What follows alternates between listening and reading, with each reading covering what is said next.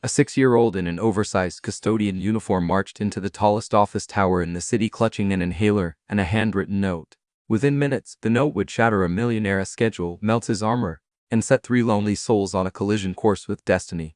The elevator doors parted with a polite chime, and out stepped a girl no taller than the brass handrail behind her. Clarabelle Jefferson, 6 years, 3 months, and 2 freckles across the bridge of her nose, wore a navy blue jumpsuit rolled 4 times at the ankles and cinched with a scrunchie pilfered from her Barbie-esque hair. A neon orange badge dangled from her neck, custodial after hours. It dragged on the marble as she walked. In one fist she clutched a puffer inhaler, in the other, a lavender envelope creased by nervous palms. She inhaled, squared thin shoulders, and marched straight toward the glass double doors marked executive level, authorized personnel only.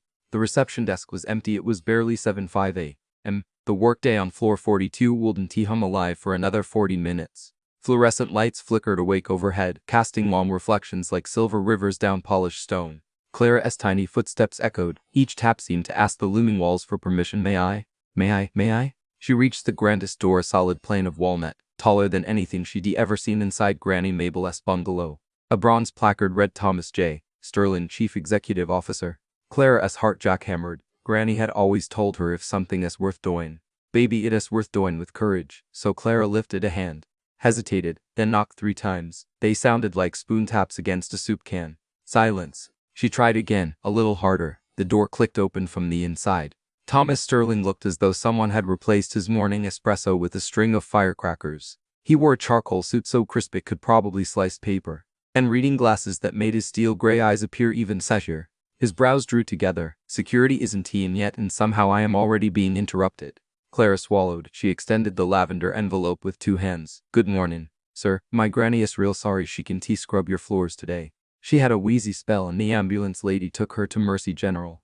Granny says Mr. Sterling hates dirty corners, so I came in her place. The girl's accent, like Appalachian honey, floated through the office like music from a forgotten lullaby. Thomas's gaze darted to the badge, then the oversized jumpsuit, then the inhaler. Your grandmother is Mabel Jefferson, Clara supplied. Night shift custodian, brown eyes, silver braid, always humming hymns. The name clicked. He'd approved her background check 8 years ago, another anonymous worker among 1,200, but he did remember a Christmas card she'd left on his desk last December. Hand-stitched with red thread, he had tucked it in a drawer, never expecting to think of Mabel again. Thomas exhaled. Is your grandmother all right? Doctor says she is stable, Clara answered, rehearsed. Just needs rest. But Granny frets about losing wages, so I promised I'd help. She lifted the inhaler. And if I start wheezing, 1 puff fixes me right up. Thomas stared, speechless. Billion-dollar acquisitions, hostile takeovers, litigations. He'd weathered blizzards of boardroom panic without missing a beat. Yet a 6-year-old with boots 2 sizes too big had him rooted like a misplaced statue. He tried logic first. Where are your parents? Mama is driven in from Chattanooga. Won't he reach till tonight? Clara offered the envelope again. Granny wrote you. Thomas accepted it, slid a silver letter opener beneath the flap, and unfolded lines stationery scented faintly of lavender soap.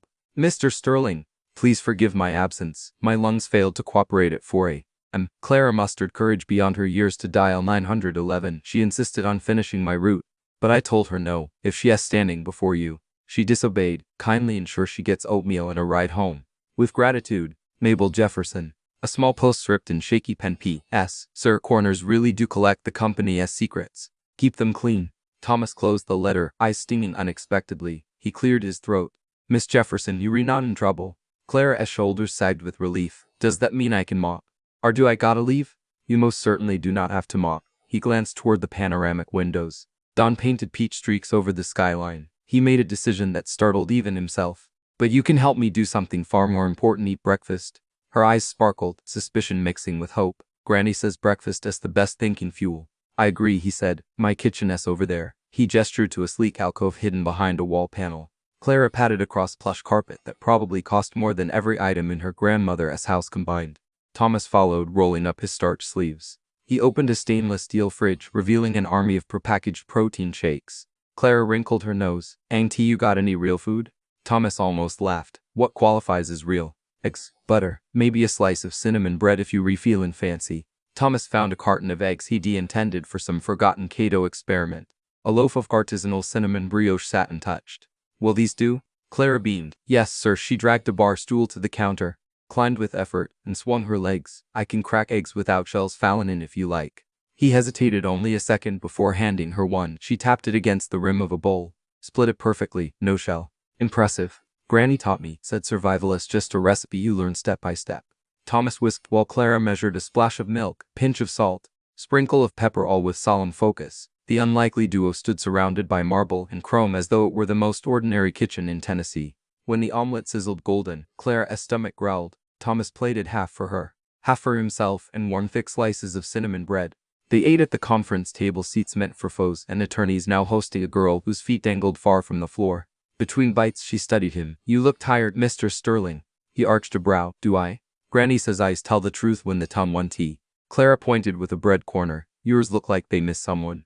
The words landed like soft hammer blows. Thomas felt a fissure open, not painful, but undeniable. He hadn't spoken of his late wife to anyone at Sterling Industries in years. Employees feared breaching his fortress of work, yet here was a child reading grief like print on glass. Before he could answer, Clara asked, what is it like being the boss of everything? He set down his fork. Mostly it is numbers and decisions that make other people either cheer or scowl. Do you ever get to make people smile? She pressed. That is rarer, he admitted. Clara's face brightened. Well, you just did. This is the fanciest breakfast I ever ate. And no shells. Thomas laughed, an unguarded, genuine laugh that startled him more than his earlier decision to cook. Glad to be of service. Conversation paused while they cleaned plates. Thomas carried dishes to the sink, and Clara hopped down to hand him the sponge. Together they washed in silence, water and suds softening the edges of their vastly different worlds. When the last plate was towel-dried, Thomas glanced at the clock. 7:45. Executives would swarm soon. Clara still needed safe passage home, and Mabel deserved a visitor. I'd like to drive you to the hospital, he said gently. Then we all check on your grandmother together. Clara's eyes widened. You'd do that? I would. He knelt to her level. But first, may I make one request? She nodded. Could you show me which corners your grandmother worries about most? I have 20 minutes before my first call. Let us inspect them so she can rest easy. Clara grinned, revealing a gap where her front tooth had recently departed. Follow me, sir. Dirt is scared of Granny, but it don't mind me. She led him through corridors gleaming like river stones. At each hallway junction she paused, scanned like a miniature general, then pointed to a baseboard. Thomas crouched, wiping with a cloth she produced from her pocket. The act was absurd, CEO buffing Suffs prior to a shareholder update, but it felt oddly right. They rounded a corner and nearly collided with Harold Kinsey, chief financial officer, BlackBerry already buzzing in hand. Harold froze, eyes flicking from boss to child to rag. Morning, sir. Thomas rose calmly. Training my new quality control consultant. Harold mouthed an uncertain greeting to Clara and hurried off. The pair continued their mission, giggling at the CFO's bewildered retreat. By 8:05, Clara declared the floor spotless. Thomas offered a harmonious handshake. Miss Jefferson, you've saved corporate reputation, Wall Street confidence, and my peace of mind. How can I repay you? Clara tilted her head. Could we bring Granny a sunflower? She loves them more than roses. Consider it done. They rode the executive elevator down. Clara pressed her nose to the glass. Awestruck, a city block shrank. Feels like we refloated in a bubble. At the lobby flower kiosk, employees parted like the Red Sea, whispering about their CEO who suddenly carried a bouquet the color of sunshine, guided by a child in a janitor badge. In the limousine, Clara traced shapes on foggy windows while Thomas made a quiet call canceling his morning meetings. Personal emergency, he told his assistant. The words felt thrillingly accurate. Mercy General smelled of sanitizer and hope. Room 418 held Mabel propped against pillows, oxygen cannula hissing softly, her silver braid draped over one shoulder. When she saw Clara and the imposing figure beside her, tears filled her eyes. Lord have mercy, Clarabelle, you scared me to Memphis and back. Clara rushed forward. I am okay, Granny, I brought the boss man. Mabel blinked up. Recognition dawned. Mr. Sterling, her voice rasped. He stepped nearer, sunflower bouquet held like a peace offering. Miss Jefferson, your granddaughter staged a hostile takeover of my schedule. These are for you. With gratitude for her counsel and your years of service. Mabel's lips trembled. Sir, I never meant her to trouble. No trouble, he cut in gently. In fact, she reminded me why I built this company, to value people. Nurse Ramirez entered, surprised to find a corporate titan fluffing a patient's blanket. She checked vitals while Thomas listened to medical updates with more focus than he'd given any quarterly report. Clara climbed onto the bed, tiny fingers twining through Mabel's. Granny, did you know your corners hide company secrets? Mabel chuckled, coughing lightly. Told you. Thomas stayed until a hospital tech arrived with breathing treatments. Before leaving, he placed an embossed business card on the bedside table. Anything you need, call. Doctor's orders come second, Mabel's comfort comes first. The older woman's eyes misted. Bless you, son. He left the room silent, heart louder than his shoes on linoleum. In the hallway, Clara tugged his sleeve. "Mr. Sterling, I promise I'll keep Granny resting. Will you visit again?" He smiled, a warm, unguarded smile foreign to his own face. "Count on it. We have more corners to patrol." She hugged him. It was swift, sincere, smelled faintly of hospital soap and cinnamon bread. When she let go, Thomas felt something anchor inside him, a tether running from an empty penthouse office to a hospital room filled with lavender scent. Back in the limo, he stared at the city rolling past and understood the day had begun like every other. But it would not end that way. A 6-year-old had cracked his fortress with nothing but courage and a lavender envelope. By noon, rumors swirled the CEO had skipped strategy calls to visit a janitor. Executives speculated, investors fretted. Thomas didn't care. He sat at his desk, sunflower petal on his lapel, drafting a revised custodial health policy that included paid sick leave and emergency child care. Before hitting send, he saw a sticky note placed atop his keyboard. How had he missed it? Clara's handwriting, large and lopsided, read, "Mr. Sterling, remember to smile so your eyes tell the truth. Clarabelle." He leaned back, gazing at the skyline that suddenly felt less like conquest and more like community. Outside, clouds parted, sunlight streaming through floor-to-ceiling glass, illuminating a single dust-mote drifting lazily, a survivor of their earlier inspection. Thomas plucked the note, pressed it to his chest, and made a vow whispered only to the quiet office air. "From this day forward, no one in this tower will be invisible." The elevator dinged somewhere far off, phones rang, life resumed. But in the executive suite of Sterling Industries, something fundamental had shifted, and its echoes were only just beginning. Mabel Jefferson awoke to the soft hush whir of the oxygen machine and the faint scent of rubbing alcohol that seemed to seep into everything at Mercy General. Morning sun tried to slip past the beige blinds, splashing thin gold stripes across the foot of her bed. She blinked into the light, orienting herself. Hospital, lungs on strike. Clara safe, Mr. Sterling kind. A nurse in pastel scrubs patted in with a clipboard and a practiced smile. "Good morning, Ms. Jefferson. How's the breathing?" Mabel rasped, like puffing through a straw. "But the Lord's still leasing me lungs, so I can't complain." Her wit drew a chuckle from the nurse, who adjusted the flow rate and took vitals. When she finished, she left a tray of oatmeal, 2 pills in a paper cup, and a tiny glass vase holding a single sunflower petal that had broken off the bouquet Mr. Sterling delivered yesterday. The flower fragment made Mabel's chest ache in a new, pleasant way, proof that someone had noticed her existence beyond the waxy shine of boardroom floors. She closed her eyes and prayed a quiet thanks, then began to spoon oatmeal, slow and steady. As she ate, her thoughts fluttered to her nightstand where a stack of unpaid bills waited in a battered envelope, held together by a rubber band. Halfway through breakfast, a soft knock sounded. She expected Nurse Ramirez again. But instead, Thomas Sterling entered wearing jeans and an open-necked shirt, not a trace of his corporate armor. He carried a small carryall that smelled like cinnamon. "I brought reinforcements," he said, lifting the bag. "Hospital oatmeal tastes like wallpaper paste to me. Hope you like apple turnovers." Mabel's mouth watered. "Sir, you surely don't have time for back-in." He smiled. "I didn't bake them." Clara supervised the pastry chef in our cafeteria at 6 a.m. "Apparently I'm not the only Sterling employee taking orders from your granddaughter." Mabel laughed, which edged into a cough. Thomas quickly poured water, waited until her breathing eased. "Better?" She nodded. "Thank you." Her voice softened. "How's my girl?" "Bossy as ever. She's in the lobby with my assistant, reviewing the gift shop inventory for suitable magazines." He lowered into the visitor chair. "Clara informed security last night that unless I visited you before my first meeting, I'd be fired. I respect her chain of command." Mabel's eyes sparkled. That child could organize heaven's choir if Gabriel let her. Thomas produced a thin leather notebook and a fountain pen. "I came with questions. Clara says you like storytelling. She calls them porch letters. Would you humor me?" Mabel raised an eyebrow. "Porch letters?" She said when your lungs gave you trouble at home, you'd sit on the porch swing and write letters to the wind, memories, lessons, jokes, anything you wanted her to remember if you couldn't speak. He placed the notebook on her lap. "I'd like to hear some of those letters, if you're willing." Her fingers brushed the soft leather. Why would a man with skyscrapers to run want a janitor as porch words? "Because," he answered, "yesterday your granddaughter reminded me I've forgotten what most of my own life sounds like without conference calls. I think your letters might teach me." That sentence settled like warm broth in Mabel's chest. She studied him, the handsome lines of a face that had known loss, the weary nobility of a man learning softness late. Was it right to invest hope in him? She found herself nodding anyway. "All right, Mr. Sterling, let's write some win letters." Letter 1: The Power of Small Things. Mabel dictated while Thomas, pen scratching, captured every word.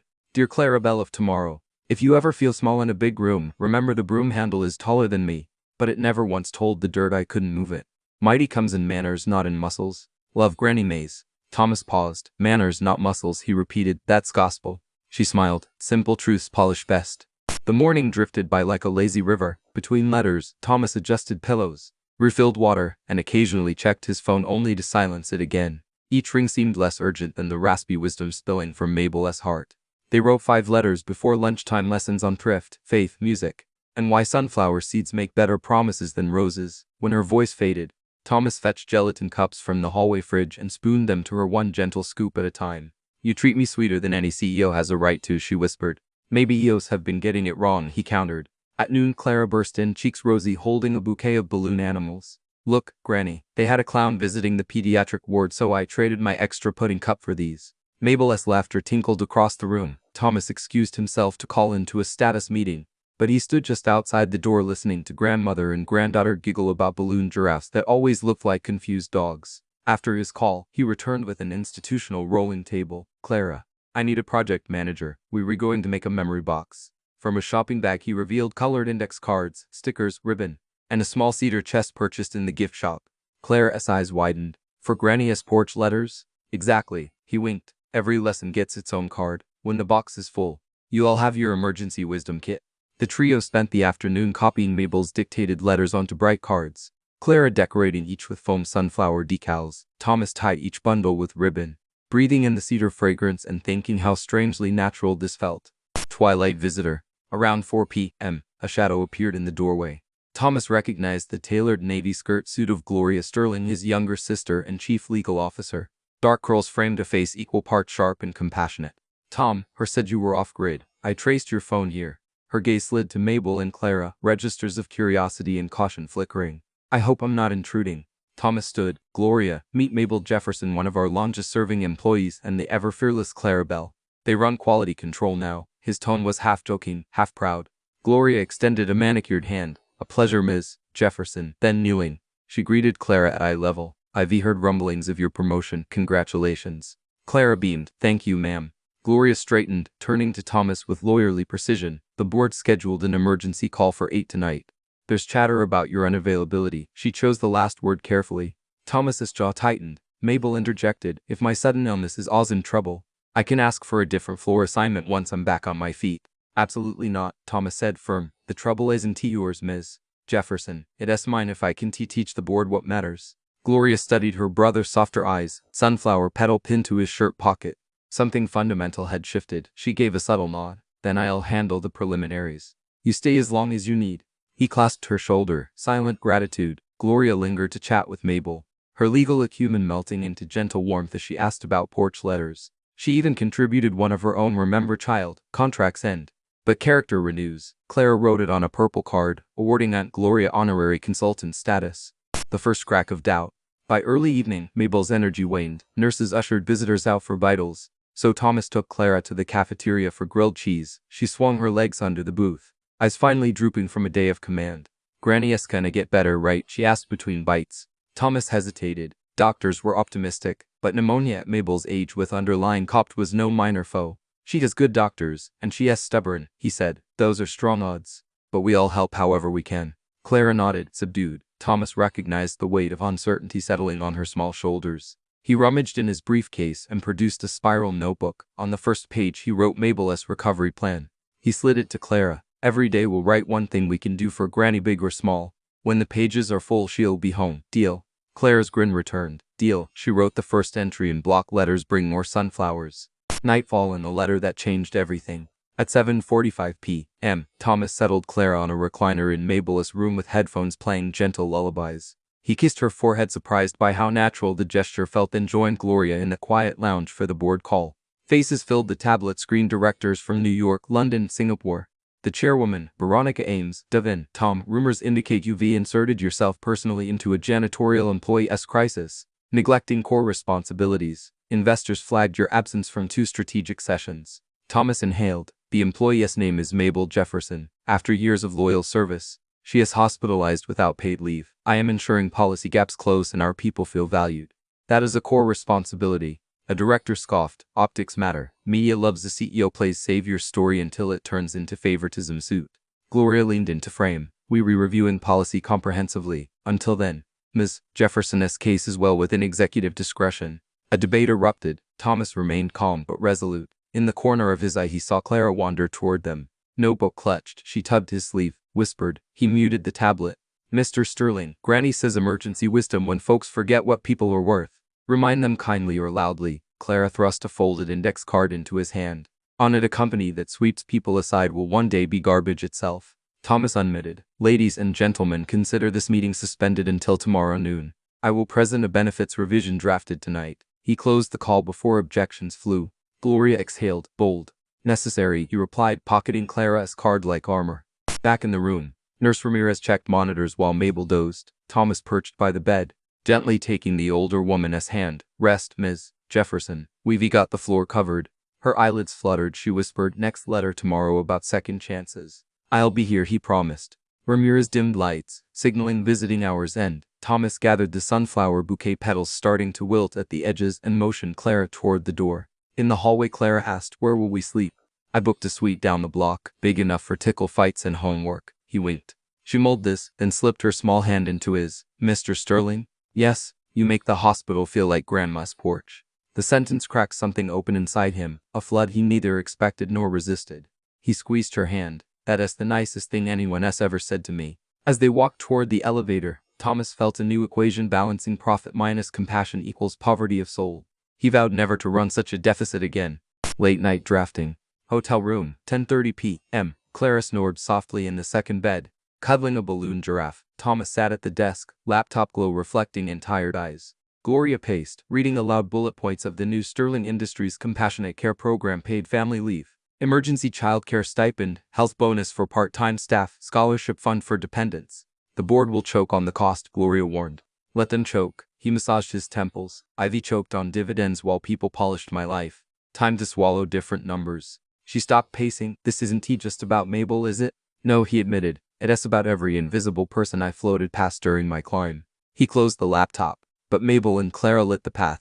Gloria regarded her brother with new respect. Mom and Dad would be proud. He blinked rapidly, emotion catching him off guard. Maybe, I hope so. She hugged him. It had been years since they shared such an embrace. Rest, big brother. Tomorrow's fight needs your full lungs. Thomas nodded, glancing at Clara's sleeping form. Full heart too.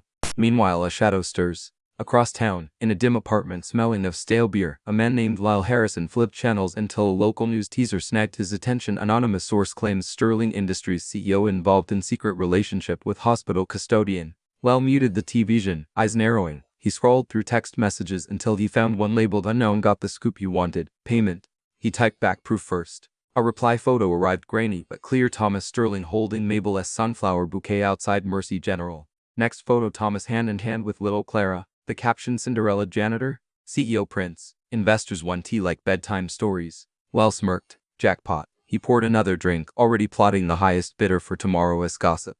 Dawn of day 2. Mabel awoke before sunrise to discover another sunflower, fresher than yesterday. And a card. Good morning, Wind Letter Keeper. Chapter 2 starts now. T.S. She clutched the stem, tears pricking her eyes. In 68 years she'd known kindness, but rarely from people who commanded skylines. Maybe God still wrote surprises into old scripts. She began coughing. The nurse brought steam treatments. Between breaths, Mabel stared at the ceiling and prayed, Lord, give that man strength, not for me alone, but for every broom carrier whose story deserves a sunrise. She glanced at the cedar box on her nightstand, one corner stuck up slightly inside. Yesterday's letters rested like seeds. She resolved to fill the box, no matter how many breaths it cost.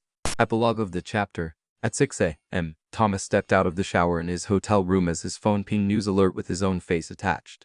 Headline: CEO's secret hospital visits raise eyebrows. Beneath, speculation fueled by an unnamed insider.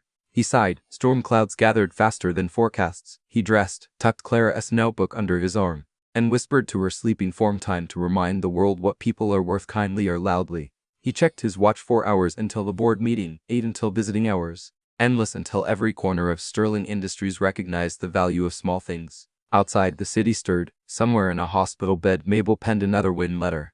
And in the space between their breaths, hope began stacking like sunrise bricks ready to raise a new kind of tower. Mabel Jefferson drifted in and out of mid-morning sleep, the pulse ox monitor blinking steady green beside her. Between each beep she slipped further from antiseptic walls and nearer to years she had folded away like quilts in a cedar chest. Pneumonia loosened her body, but memory loosened her tongue.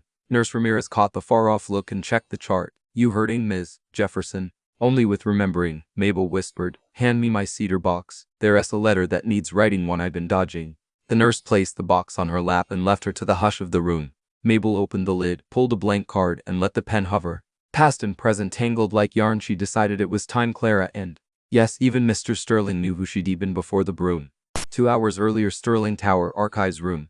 Thomas Sterling stood amid metal shelves stuffed with dusty manila files. His assistant Mark adjusted wire-rimmed glasses. Sir, or digitized most records. But the older hourly staff still have paper dossiers. Ms. Jefferson S. is somewhere in these bins. Thomas rolled up sleeves. We'll find it. And Mark, not a word to the gossip mill. Mark nodded solemnly. Loyalty often grew when a CEO donned jeans and personally sifted cardboard boxes. After 20 minutes, Thomas located a folder labeled Jefferson, Mabel Ruth. He opened it on a steel table. Inside, employment application, emergency contacts, yearly evaluations marked excellent, but a torn envelope tucked behind tax forms caught his eye. It bore a deed's old postmark from Newark Free Women's College, addressed to Mabel. He slid out the letter, brittle but legible. Dear Miss Jefferson, we are pleased to inform you of your acceptance into the Civil Engineering Bachelor Program class of 79s, with full tuition scholarship.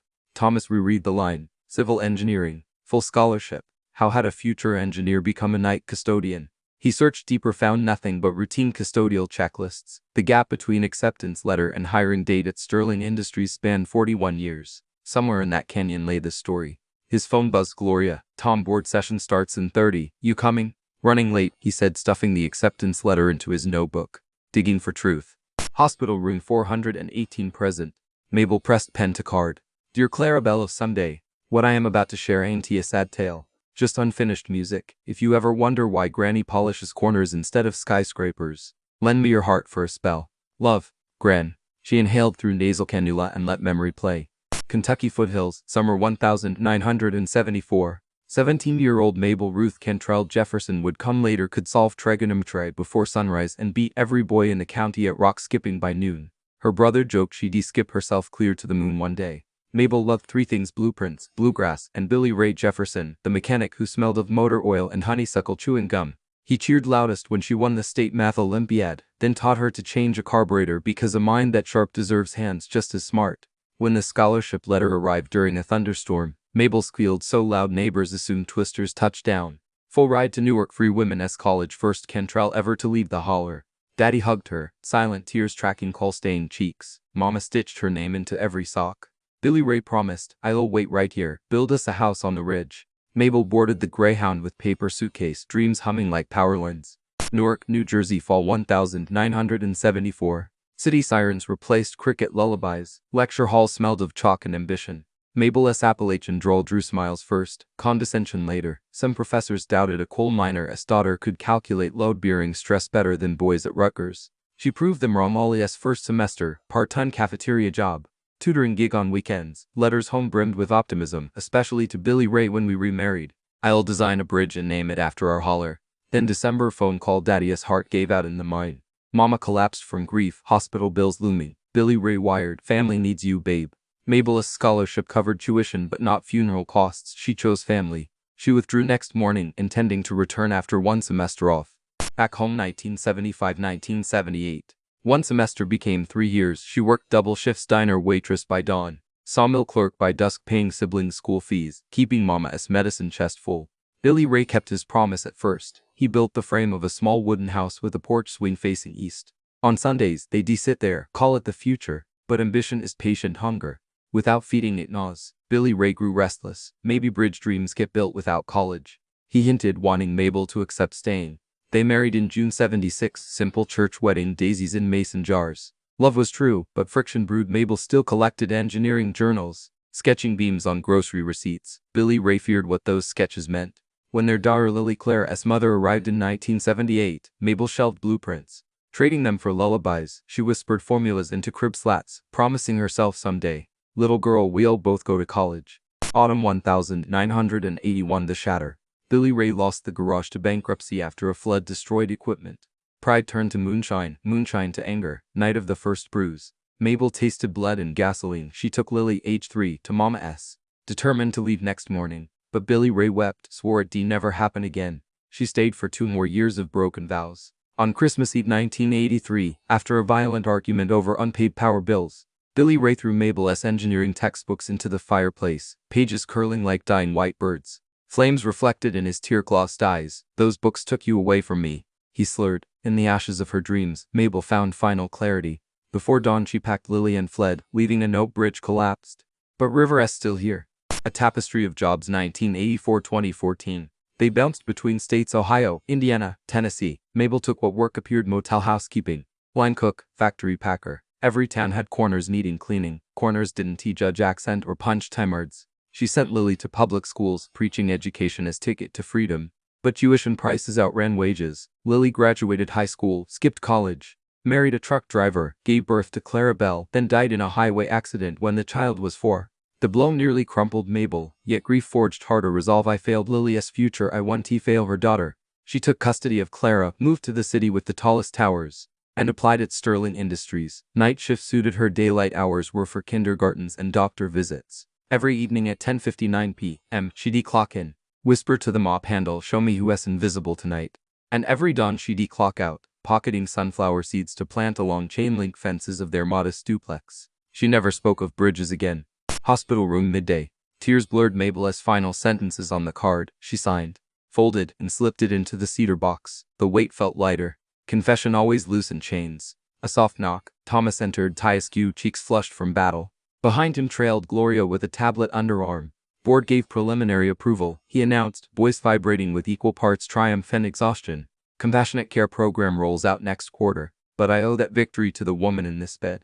Mabel chuckled. All I did was cough loud enough for Wall Street to hear. Gloria approached the bed. Actually, Ms. Jefferson, you've done a great deal more. She produced the scholarship letter. We found this. Mabel's breath caught. She traced the faded type. Didn't he think that scrap survived the moves? Shame mingled with nostalgia. I was supposed to build bridges, not sweep floors. Thomas shook his head. You built unseen bridges between people, my staff, my own heart. We're recrossing one now because of you. Gloria added, we have a proposal. Sterling Industries is partnering with State University to sponsor non-traditional students. The pilot scholarship will be named the Mabel Jefferson Second Wine Fellowship.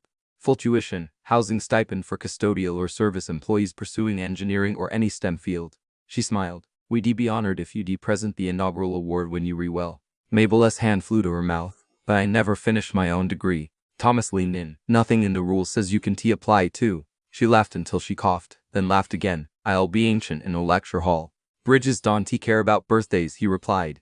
Mabel's eyes glistened. If I say yes, promise me others come first. You paved the way, Thomas said softly. Let us lay asphalt. At that moment, city newsroom. Editor Carla Mason studied leaked photos of Thomas at the hospital.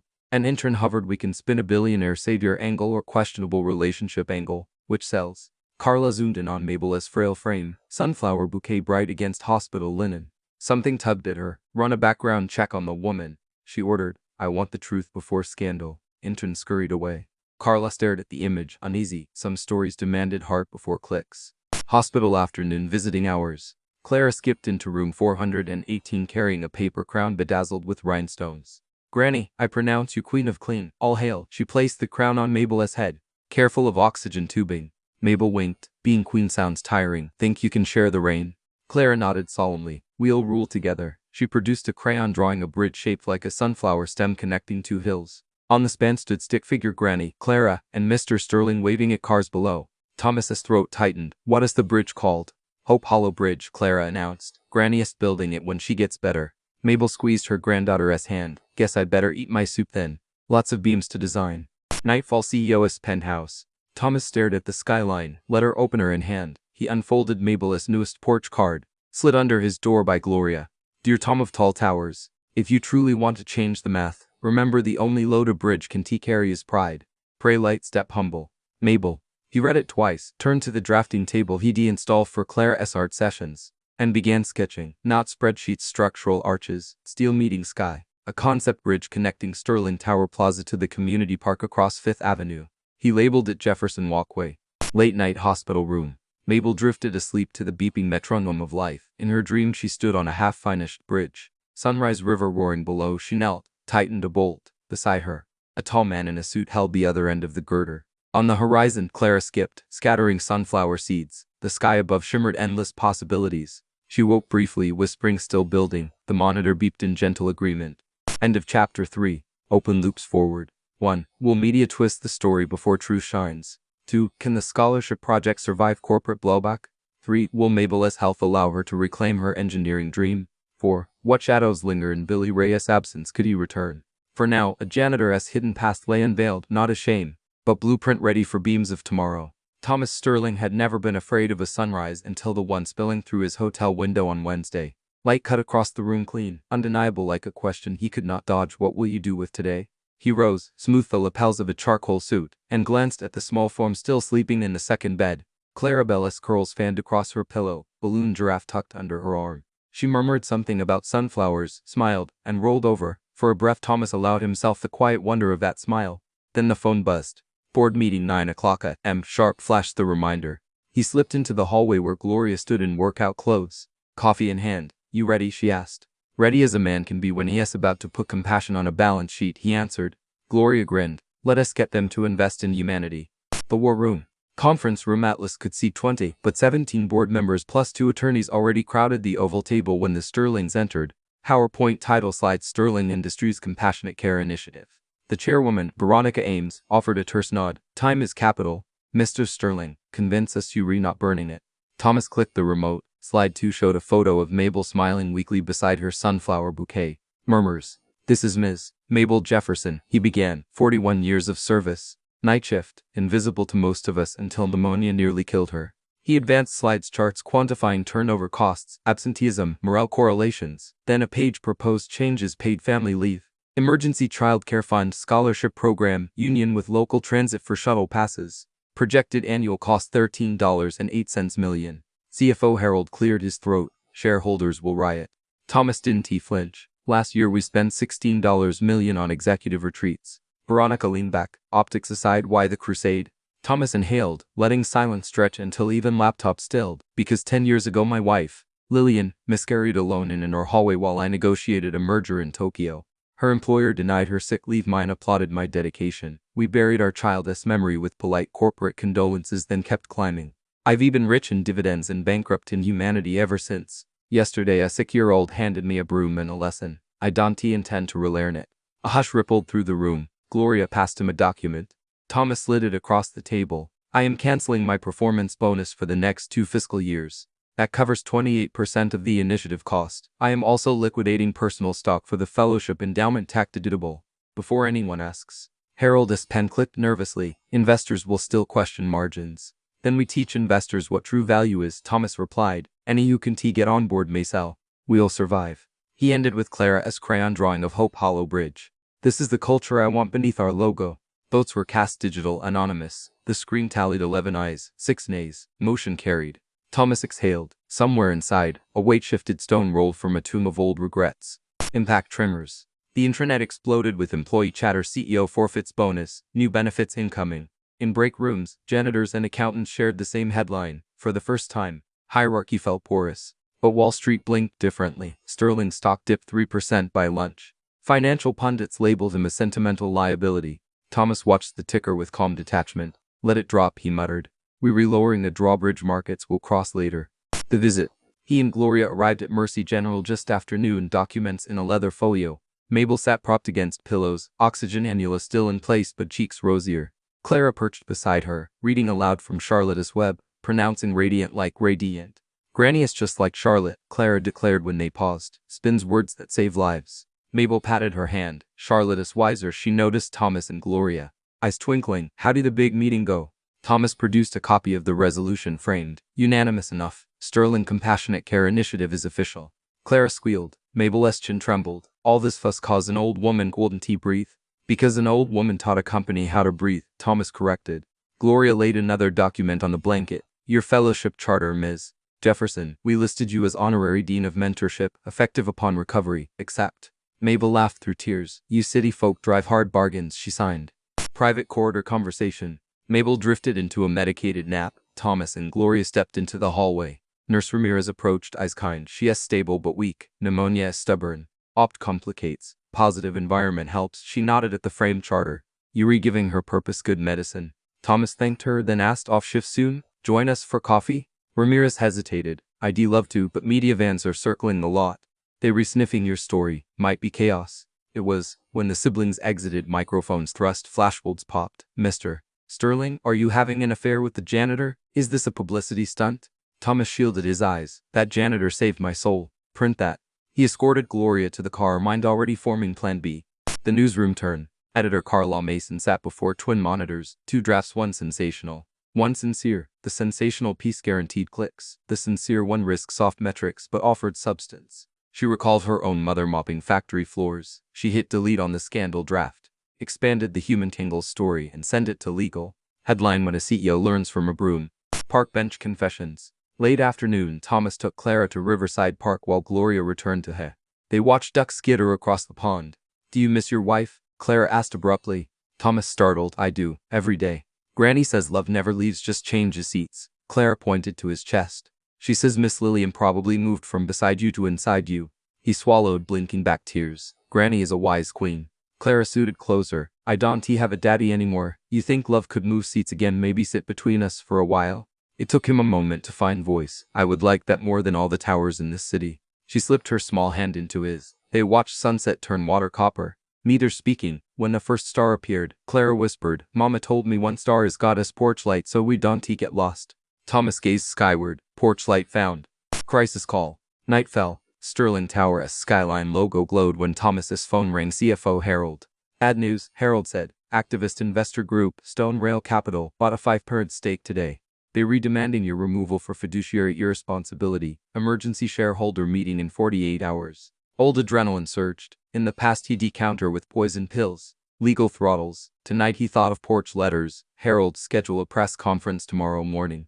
And call Carla Mason at City Herald. We tell the story ourselves. The interview. Next day, conference hall converted to studio. Carla arrived with notebook. Curiosity evident. Cameras rolled. Thomas sat beside Mabel, a cedar memory box, and Clara S bridge drawing. He opened. I built Sterling Industries believing profit was the only proof of worth.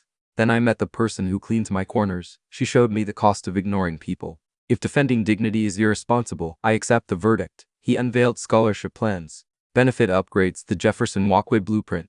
Carla asked, some say this is charity to ease guilt. Thomas nodded. It is charity. Charity means love. And guilt is the conscience waking up. I hope it never sleeps again. Live feed commenters flooded with hearts. Stocks began climbing before the interview ended. Stone Rail's retreat. That evening, Stone Rail released a statement praising Sterling's innovative social investment strategy after seeing the positive Pew swing and uptick in employee productivity metrics leaked by Ure. Their attempted coup evaporated. Gloria texted mission hearts while it's accomplished. Thomas replied with a single sunflower emoji. A quiet dinner. He returned to Mercy General carrying takeout from Clara's favorite diner. Nurse Ramirez joined them on break, sharing fried chicken and stories of growing up in El Paso. Laughter bounced off beige walls, turning them almost homey. Ramirez eventually excused herself, but not before handing Thomas a sticky note. Café Descartes. Saturday 10 a.m. He smiled, pocketed it. Mabel watched with grandmotherly mischief. Second chances bloom fast when watered by kindness. Still learning, Thomas admitted. She squeezed his arm. Learning is the best proof we're alive. Midnight blueprints. Back at the penthouse, Clara slept in the guest room while Thomas unfurled architect paper. He sketched Jefferson Walkway arch, steel ribs forming petals overhead, benches etched with porch letter quotes. At the bridge center, a bronze plaque built by the hands and hearts of many, dedicated to invisible work made visible. He imagined crib on cutting day, Mabel perhaps with oxygen tank, perhaps without pressing the first button, illuminating sunflower-shaped lights. Clara tossing seeds over the railing, laughter echoing down Fifth Avenue. The clock blinked. 2:17 a.m. Thomas rubbed eyes, clicked save on digital render, and emailed copies to the City Planning Commission with subject line a bridge worth building. Flashback: the night he lost Lillian. Sleep eluded him, memories intruding. Hotel in Tokyo 3 a.m. Call from a nurse, hemorrhage, no heartbeat. He'd flown home to an empty crib, theory and burial he could barely remember. He'd poured grief into expansion, converting sorrow to stock splits. But nothing filled the hollow. Now, in the silence of a partially drawn blueprint, he finally spoke aloud. I am sorry, Lily. I am finally listening. Wind outside laddered against glass like an answer. Morning after Mabel's decline. Friday dawn brought worrisome news. Mabel's fever spiked. Oxygen saturation dipped. Doctors moved her to TU for close monitoring. Thomas rushed over. Clara clutched balloon giraffe to chest. Beeping machines replaced mirth. Mabel managed a faint smile. Bridge in Tika Ellen child. Just a Dieter. Thomas stroked her hand. You rest. We'll keep building. She nodded. Eyes slipping shut. Clara's tears came silent. Thomas knelt, hugged her. Second chances take time. Have faith. She sniffed. I'll write more porch letters for her box. Candlelight vigil. That evening, Sterling employees gathered outside the hospital holding candles. Janitors, executives, interns all wearing sunflower pins Gloria had expedited. Local news streamed live. Hashtag bridge for Mabel trended. Thomas stood beside Clara at the front, voice steady. This light is for everyone who sweeps unseen. Tonight we see you. Flames flickered in unison, city skyline a silent witness. Inside you, Mabel's eyelids fluttered. Nurse Ramirez whispered, half the city is here for you. Queen, Mabel's pulse steadied by a hair. An unlikely caller. Near midnight, Thomas's phone rang, number unknown. A rough male voice, I am looking for Mabel Cantrell Jefferson. She is my wife. Thomas froze. Billy Ray? Silence, then a hoarse confirmation. Heard she is dying, I am coming. Thomas steadied himself. She is fighting, but your arrival could decide whether the bridge stands or falls. Call ended. Open loop cracked wide past abuser returning. Thomas braced for collision. Epilogue of the chapter. At 3 a.m., Thomas paced the corridor outside Q. Cedar memory box underarm, bridge sketch tube slung over shoulder. Inside, machines beeped. At the window, Clara traced stars on glass, humming a porch hymn. Thomas vowed second chances aren't given, they rebuilt, beam by beam. And I will not let hers collapse. Outside, the city slept, unaware a former mechanic steered a rusty pickup toward Mercy General, sunflower seeds rattling in the truck bed like tiny morning bells. The night held its breath, waiting for Chapter 5. Boardroom 10. The inner sanctum of Sterling Industries always smelled faintly of cedar polish and ambition. On Monday at 7:58 a.m., that scent carried a sharper note of unease.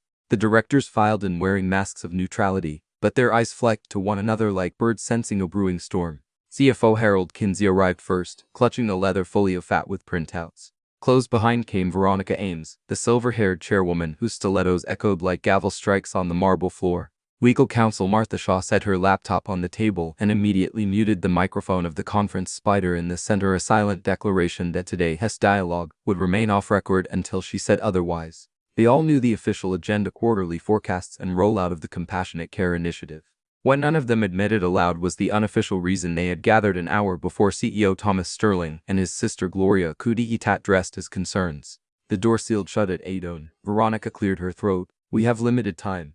Let us speak plainly. She tapped Harold's folio. Mr. Kinsey, the numbers. Harold flipped to a spreadsheet of red and green cells. First blush initiative expenses are on target, 13.8 million, but activist investors still sniff vulnerability. Stone Rail may have retreated publicly, yet rumor says they're rebuilding a coalition to force Thomas into an emeritus role. A low hum of disquiet circled the table. Veronica lifted an eyebrow. And you, Harold? He hesitated before admitting, I believe Thomas Hart is in the right place. But Hart's don't shield share value. Martha leaned forward. Legally, Thomas' personal stock sale covers part of the initiative.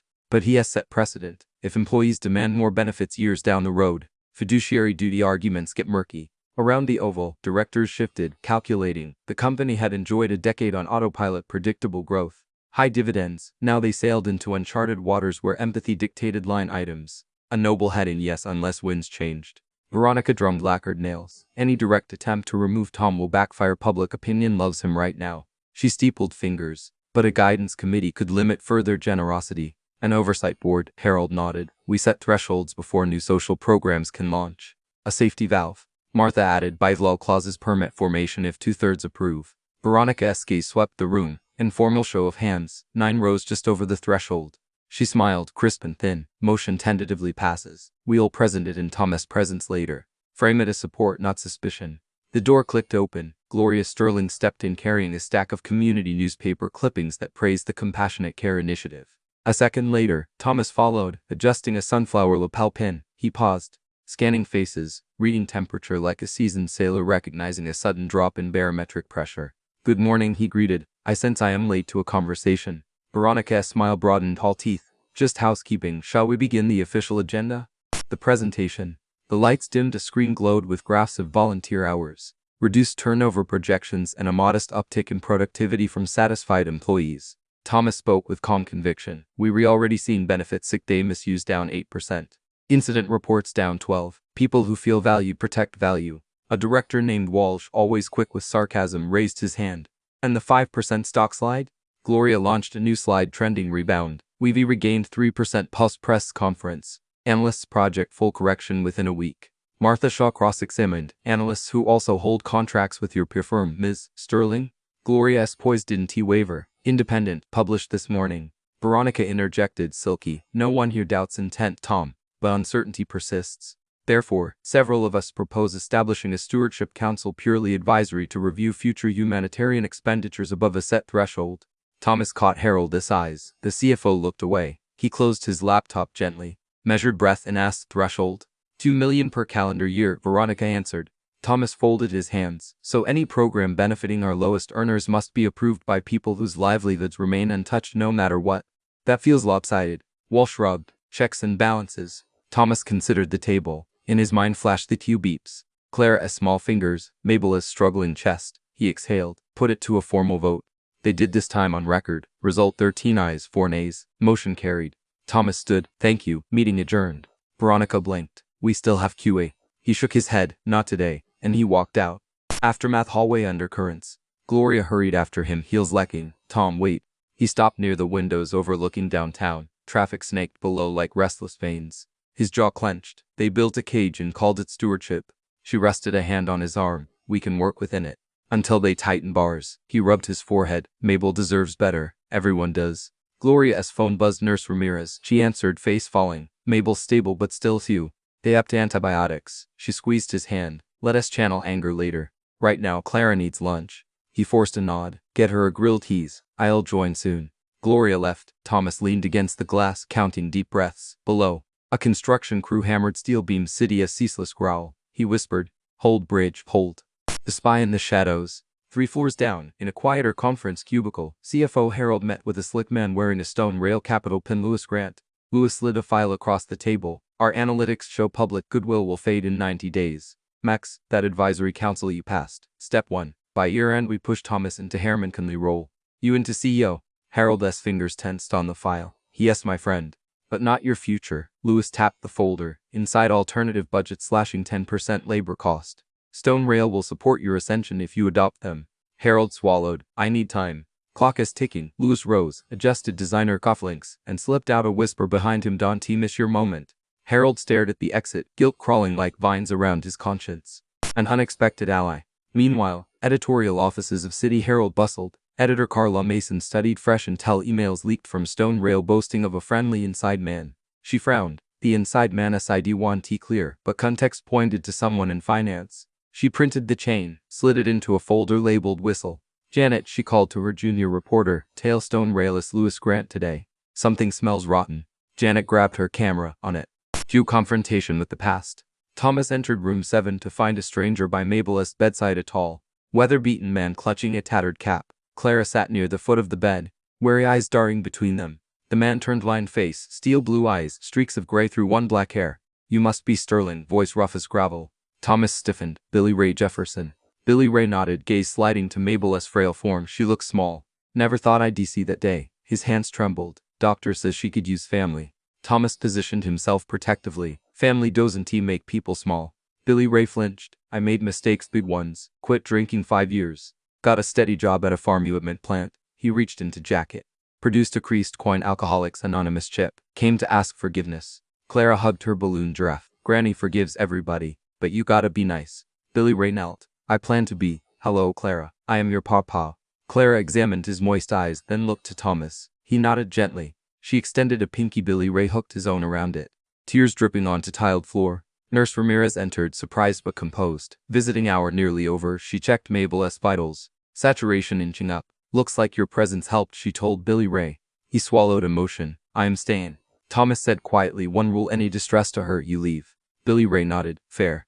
Elevator strategies. In the elevator descending to ground floor, Thomas dialed Gloria. Billy Ray is here, sober and repentant, apparently. Gloria's voice crackled with surprise. That complicates custody. I'll trust Mabel's instincts. Keep legal on standby. A ding, doors opened to the lobby. Cameras flashed, reporters swarmed. Questions hurled. Is that the ex-husband? Will the CEO fund rehab outreach? Thomas raised a hand. No comment now. Full statement tomorrow. He guided Billy Ray through the crowd to a waiting car. The rumor machine ramps up. By evening, social media had equine mechanic trending with split-screen photos of Thomas and Billy Ray leaving the hospital. Speculation ranged from charity makeover shows to love triangle fiction. Stone Rail leveraged the chaos, releasing a press note. We applaud Mr. Sterling's compassion but caution that leadership must remain pragmatic. Stock bobbled. The midnight hack. At 2 a.m., Sterling Industries email system pinged employees with an anonymous memo sign speaking for the invisible. claimed management planned mass layoffs to fund care benefits, blamed the CEO's grandstanding, and leaked doctored spreadsheets projecting bankruptcy. Thomas awoke to frantic calls. It traced origin to an external IP but suspected an internal login. Damage morale shaken rumor wildfire. Gloria called. Someone is sabotaging from inside. Thomas paced the hotel suite. Clara slept fitfully. He whispered to himself. Cages and whispers, time for sunlight.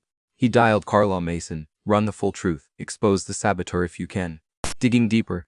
Janet, the junior reporter, tailed Louis Grant to a coffee shop where he slid a Yusuf drive to CFO Harold. She snapped photos through the window handshake envelope, grim expressions. She texted Carla, got it. Carla replied, meet me at office, burn copies. The second boardroom emergency session. Thursday morning, Harold entered boardroom 10 sweating. Directors assembled, Veronica at the head. On the screen, City Herald headlines scheduled for noon, release leaks. Lies and a coup at Sterling. Under it, a photo of Harold accepting the Yusuf. Veronica's face was granite. Care to explain?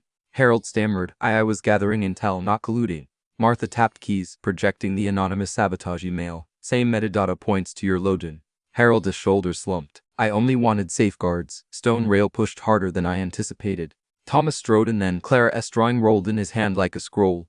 Truth has a way of surfacing, Harold. No ventum, only sadness. Harold rose. Tom, I am sorry. Fear made me foolish. Thomas nodded. Fear is a tall monster, but we choose whether to feed it.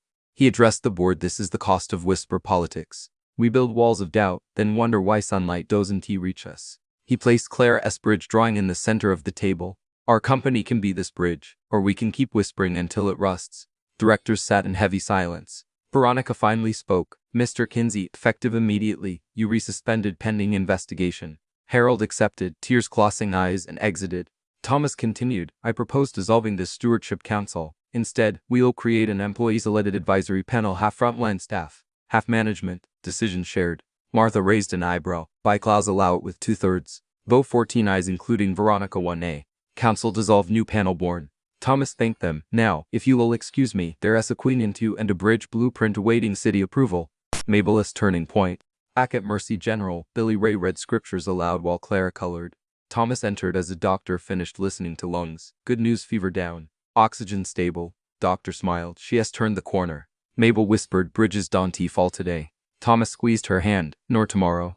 Billy Ray looked at Thomas. Humility raw. You helped her, our granddaughter. Even me. If there's a way I can make amends, tell me. Thomas studied him and then spoke softly. Help us build the real bridge. Join the construction crew. Wages fair, union benefits. Up for it. Billy Ray's eyes filled. Yes, sir, yes. Sunset on the rooftop garden. Gloria, Thomas, and Carla met atop the hospital's modest garden to film a statement. Breezes carried scent of rosemary. Camcorder light blinked red. Thomas spoke directly to Linz. Whispers thrive in darkness. Today we choose windows over walls. Sterling Industries will publish quarterly impact reports detailing how every dollar dedicated to people returns value, including joy, health, loyalty. We invite any company to audit us, he smiled, and to join us on the Jefferson Walkway crib on cutting this fall. Carla closed the segment. Off Emera, she murmured, clicks will be insane. Thomas laughed lightly. Make them count for good. Late night email to all staff. Subject from the corner of my heart. Team. I once measured success in vertical feet of glass. Today I measure it in horizontal feet of bridge. Thank you for standing tall while the ground shook. Tomorrow we build together. Gratefully, Tom. Pete S. If you see a corner unpolished, it belongs to me. Let me know. Minutes later, inboxes pinged with reactions emojis. Thanks. Even janitorial night crew selfies flashing thumbs up. Harold's reflection. Harold packed his office under her oversight. He paused at Thomas's all-staff email. Reread the line about corners and felt heat behind his eyes. He traded trust for whispers, now he owned only silence. He opened a blank message to Thomas. I resign, but I also volunteer to serve. No title, no pay on the employee panel, if redemption is on the table. ID like a seat. He clicked send, unsure if forgiveness traveled that fast. The bridge at dawn.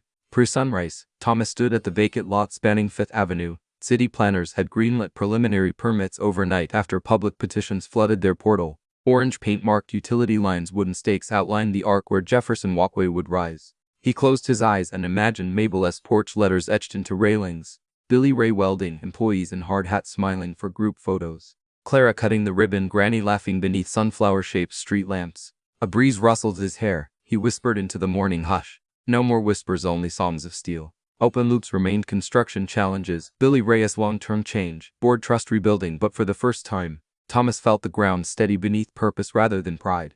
Behind him, the city stirred awake, unaware that in an empty room not far away, a janitor engineer queen dreamed of bridges and forgiveness, her heartbeat signing with the slow, relentless rhythm of progress. The boardroom whispers had failed to topple the tower. Tomorrow, the hammers would speak louder, and their music would echo across every polished corner Sterling Industries once overlooked. Gray clouds sagged over the Jefferson County Courthouse, turning its limestone columns the color of old pewter. Inside, fluorescent lights buzzed like anxious bees above courtroom 6, where the case of Henry Clarabelle Jefferson stood first on the docket.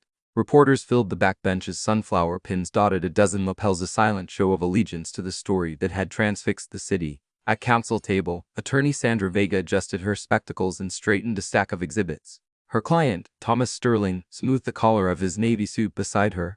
He was not a party to the custody petition, but he had been granted interested guardian status, rare, yet allowed when a child's current caretaker could testify to her best interests. On his other side sat Gloria Sterling, legal strategist and emotional ballast. Across the aisle lingered Billy Ray Jefferson, Clara's biological grandfather, bearing a freshly pressed shirt and an Alcoholics Anonymous chip strung on paracord around his neck. His attorney, Bradford Klein, scrawled through notes on a tablet, every flick of his stylus curt and confident.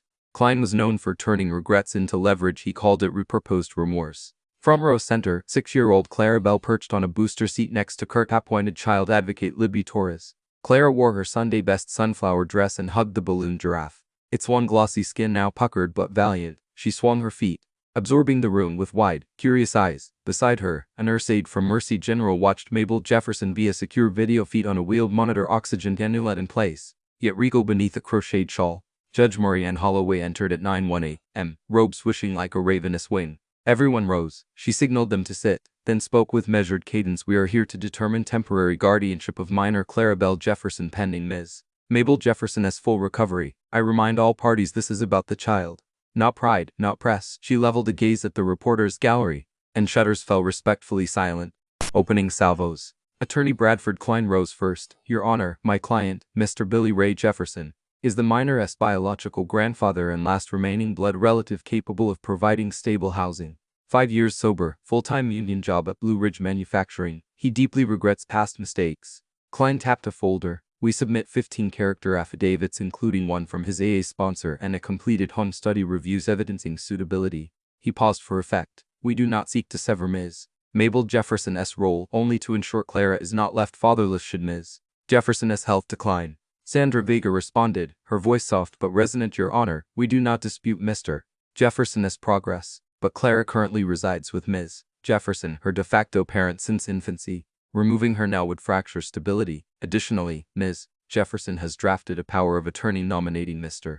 Thomas Sterling as Clara's temporary guardian." Murmurs rippled through the benches citing his daily care, moral character, and established emotional bond. Vega raised Exhibit B, Clara's artwork of the Hope Hollow Bridge. Even the child's drawings reveal where her sense of safety lies. Judge Holloway lifted an eyebrow. "The court values emotion, Ms. Vega, but we require legal footing. Show me statutory precedents for a non-relative guardian when a competent relative exists." Vega nodded. "In Peterson v. Darby, 2018, the appellate panel affirmed that the child's psychological parent may supersede kin preference when removal would cause significant detriment. Clara has lived with Mr. Sterling for 72 consecutive days during Ms. Jefferson's hospitalization. School records show improved attendance and grades under his care." The judge scribbled notes. "Proceed." Mabel's testimony remote. Nurse Ramirez angled the screen so Mabel faced the courtroom. Her voice rasped but carried conviction. "Judge, Clara's hardened no DNA from DMF. It knows love. Tom Sterling feeds her, reads to her, listens. Billy Ray means well. But Clara's never spent a night under his roof." Klein objected. "Speculation. Ms. Jefferson cannot speak to Mr. Jefferson's current environment." Judge Holloway allowed it as foundation, sustained for weight, not admissibility. "Continue, Ms. Jefferson." Mabel inhaled through tubing. "Your Honor, I forgive Billy Ray, but forgiveness doesn't equal guardianship. Addiction stole years from him. Clara's years are too precious." Cough overtook her. Nurse Ramirez dabbed her lips. Holloway's tone softened. "Thank you, Ms. Jefferson. Rest for now." The screen dimmed but remained present like a sentinel of maternal will. Cross-examination fireworks. Klein summoned caseworker Dawn Price, who had completed Billy Ray's home study. Under examination, she testified Mr. Jefferson's residence is 3-bed, 2-bath, fenced yard, smoke-free. Photographs displayed tidy rooms, a pink-painted bedroom awaiting Clara. Vega rose. "Ms. Price, did you interview Clara about her preference?" Yes, she expressed attachment to her grandmother and Mr. Sterling. Did she express desire to move? No, she grew quiet when asked. So your recommendation is based on physical environment, not the child's stated wishes? Primarily, yes. Vega let that sit, then nodded. No further questions. Thomas squeezed his lawyer's shoulder, appreciation passing wordlessly. Enter the child. Judge Holloway cleared the room of Mia, invoking child-sensitive privacy. Only essential parties remained. She invited Clara to the witness stand, a stuffed cushion boosting her height. Libby Torres, the advocate, placed a plush microphone cover shaped like a puppy on the gooseneck. This is Barkley. He helps voices feel brave, she whispered. Clara giggled, nerves easing. The judge leaned forward. Ms. Clara, who helps you feel safe and loved. Clara glanced at Tom, then at Billy Ray. Granny the most. But Mr. Tom makes pancakes with smiley faces, and he knows my inhaler times. He stays till I sleep, she fidgeted, then added, Papa is nice now. He said sorry for scary stories Granny told. Klein stood. Clara, would you like to live in a house with a yard and chickens? She shrugged. I like chickens, but I like bridges better. Bridges? She pointed at Tom. We build in one with Granny's letters. Concern etched across Klein's brow. But bridges don't tuck you in at night. This one will, she insisted. Judge Holloway intervened gently. Thank you, Clara. You may sit with Ms. Torres again. The child skipped down, balloon giraffe bobbing. Billy Ray on the stand. Billy Ray's boots echoed as he approached. His hand shook so violently the bailiff offered water. Klein guided him through direct sobriety milestones, community service, pay stubs. Why seek guardianship now? Klein asked. Billy Ray's voice cracked. Because I got a second chance and I want to waste Clara Ace. I must raising my daughter. I can fix that, but I'll be there for her youngness and Vegas crossed its emanation tender, yet piercing. Mr. Jefferson, when did you last read Clara a bedtime story? He winced. Never. Attend her pediatric appointments? No, ma'am. Do you know her allergen triggers? Dust and cats? Vega held his gaze. It has pine nuts and pet dander. Mr. Sterling has the EpiPen prescription. Would you feel prepared for a reaction tonight? He swallowed. I do learn. Learning is vital, she acknowledged. But until then, who safeguards her? Billy Ray's shoulders sagged. Tom does. The honesty hushed the room. Vega nodded respectfully and ended. Surprise witness. Sandra. Vega called CFO Harold Kinsey suspended, but present by subpoena. Guests murmured among observers. Harold approached with the gait of a man shedding armor. On record he testified, Mr. Sterling's initiative saved my soul from greed. If that is paternal evidence, so be it. He recounted Sterling's nightly visits to do. Clara's school pickups and proposed employee panel giving Clara's story corporate permanence. Klein objected. Relevance? Vega smiled. Character of proposed guardian, Your Honor. Judge Holloway allowed it. Undercross, Klein attempted to undermine Harold's credibility due to pending investigation. Harold met every jab with mea culpa, concluding even a flawed man can tell who puts a child first. The sentiment stuck like a nail in oak. Closing arguments. Klein paced slowly. Blood is the oldest covenant. Mr. Sterling is a commendable good Samaritan. But when Ms. Jefferson passes, God forbid Clara deserves kin, we ask for conditional transfer. Mr. Jefferson gains guardianship with structured visitation for Mr. Sterling. Vega approached the jury box, although there was none in instinct. We are not severing blood, we re-honoring the child's planted roots. Stability fosters growth. Uproot her now and risk trauma no bridge can span. She placed Hope Hollow drawing on the evidence ledge. Choose continuity. Judge Holloway recessed for deliberation, though juvenile cases rarely use juries. She still retreated to chambers for contemplation. 28 minutes later she returned. Gavel soft but firm. The verdict. In weighing statutory guidelines, psychological well-being, and the clear wishes of the minor, the court grants temporary joint guardianship, primary physical custody to Mr. Thomas Sterling, secondary custodial rights to Mr. Billy Ray Jefferson, with incremental overnight visits as mediated by Child Services. Upon Ms. Mabel Jefferson's medical clearance, primary guardianship reverts to her. Subject to review, this court retains jurisdiction. Relief and sorrow mingled on faces. Clara squeaked a cheer, then looked to Billy Ray, fearful she'd hurt him. He stretched arms, she ran to them. He whispered, You got two daddies now. Little bit. Thomas joined, placing a hand on Billy Ray's shoulder. The three formed a tentative, fragile circle. Judge Holloway cleared her throat, eyes moist. Court adjourned. She left the bench as reporters re-entered. Camera lights flaring. Press room on the steps. Microphones thrust. Thomas spoke first. Today the court showed families can expand, not break. He stepped aside so Billy Ray could speak. The older man swallowed nerves. I once burned bridges. Today I help build one. Thank you for believing people can change. Applause fluttered among employees wearing sunflower pins. Carla Mason captured every word. Headline already writing itself. Courtroom bridge built with second chances. Mabel's reaction. Back into. Nurse Ramirez relayed the decision via video. Mabel smiled weakly. Tears sliding, bridge holds, she pressed a button on her morphine pump and drifted to sleep, fingers resting on cedar box. Back at Sterling Tower, Gloria convened the inaugural employee advisory panel that afternoon. Janitors, programmers, sales reps, even a cafeteria cook. She relayed the courteous outcome, then unveiled a plaque. Integrity is the backbone of every bridge erected this day in honor of Clara Bell Jefferson and all children who remind us why we build. Applause thundered, some wiped eyes. Policy discussions began, alive with newfound empowerment. Evening first supper together. Thomas, Billy Ray, and Clara shared a homemade dinner in the penthouse. Mabel's recipe for skillet cornbread. They held hands. Clara insisted on grace. Thank you, God, for people who come back. Bridges that don't fall, and pancakes tomorrow. Laughter smoothed remaining tension. After dishes, Billy Ray and Thomas drafted a visitation calendar on the fridge whiteboard, color-coded, sunflower magnets marking special days. Clara added a doodle, 3 stick figures holding hammers under an arch. She labeled them Daddy Tom, Papa Ray, me. Harold's letter of remorse. Later that night, Thomas opened an envelope slipped under his office door. Harold wrote, your mercy in court today showed me the type of CFO I never was. May I earn a chance to become that man, whether sweeping corners or crunching budgets. No request, just contrition. Thomas folded the note, placed it into Mabel's cedar box for safekeeping. Bridges needed many beams, perhaps Harold could be reclaimed lumber. Epilogue of the chapter. Judge Holloway signed the guardianship order, initialing each page with deliberate strokes. She paused at the signature line, a small sunflower sticker adhered by Clara Bell during recess. Court clerks would normally remove such affections, yet Holloway left it. Some symbols, she mused, were stronger than wax seals. Outside, rain finally fell, gentle, cleansing, on the future site of Jefferson Walkway. Puddles formed tiny mirrors reflecting construction floodlights. Billy Ray's old pickup rolled onto the lot. Engine lonking. He parked, stepped into the drizzle, and surveyed the staked arc. Thomas pulled up moments later. They stood shoulder to shoulder, rain peppering suits and denim alike. We better start soon, Billy Ray said. Tomorrow, Thomas answered. Sunrise. They shook hands, calloused grease meeting boardroom smooth, completing the first human bolt in a bridge of second chances. A block away, monitors beeped steady, signing with a small girl as heartbeat, already dreaming of golden arches over city streets and a granny strong enough to walk them. The courtroom stand was over. The construction of forever had just begun. The first pink blush of dawn painted the horizon when Clara Bell's voice rang through the unfinished steel arch. Ready. Everybody, 1, 2, 3, break ground. 30 sledgehammers struck the packed soil in ragged but exuberant rhythm. Janitors in navy coveralls swung beside programmers in hoodies. Hard-chatted executives grinned like kids at recess, while city officials captured selfies no press kit could choreograph. Right in the center, between bouquet of dignitaries and cluster of volunteer welders, stood the oddest trio Jefferson County had ever cheered: a billionaire CEO, a reformed mechanic, and a 6-year-old wearing a reflective vest bedazzled with rhinestones spelling bridge boss. Thomas Sterling wiped sweat from his brow, brand new work gloves already scuffed. Clara, you sure we hit the right spot?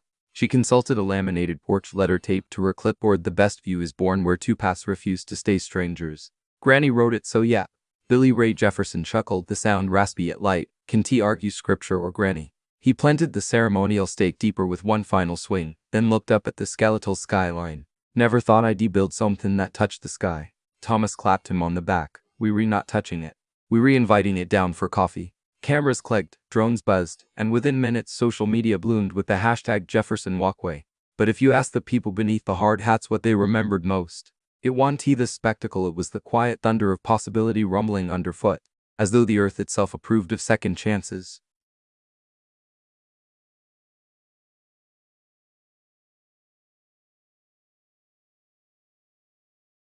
Mabel's new morning. 2 miles away at Mercy General's rehab wing, Mabel Jefferson watched the live stream on a hospital tablet propped against a stack of textbooks. Structural analysis, second edition, intro to CAD, and an cringe spine notebook labeled Mabel's math comeback. Her lungs no longer hissed through oxygen lines, but a delicate annula remained for backup. She sipped chamomile tea, cheeks fuller, eyes bright. Nurse Elena Ramirez no longer just caregiver. Now Thomas's frequent brunch partner entered with fresh vitals chart. Queen of clean and calculus, your blood pressure looks royal. Elena winked. Thomas sends this. She produced a tiny steel washer tied to a yellow ribbon. Mabel pinched it, tears shimmering. From the first bolt, hot off the impact wrench. Says every great engineer starts with a single washer. Mabel pressed it to her heart. Tell that man my homework suddenly feels lighter. Elena's phone buzzed, a photo of Thomas in safety glasses. Thumb up, dirt on his cheek. She felt warmth flood her own. Life, she mused, had peculiar ways of setting people on intersecting trajectories.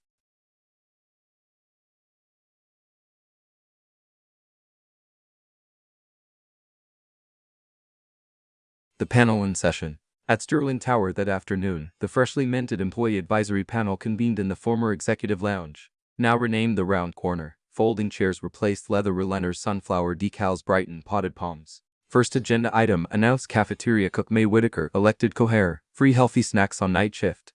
Harold Kinsey temporarily sans title, wearing rolled sleeves, raised a hand. Budget shows we can redirect retreat catering funds. Projected savings $92,000, plenty for fruit and granola. Applause erupted. Harold ducked his head, cheeks pink. Redemption, he discovered, sounded like 50 colleagues clapping. Second item, said janitor Luis Delgado, tuition stipends for part-time staff. He glanced at Mabel's empty seat, emotion flickering. Let us honor our bridge mentor. The panel voted unanimously. Gloria drafted the policy on the spot. 10 minutes later, it hit the intranet. By end of day, 23 custodians had applied for night classes.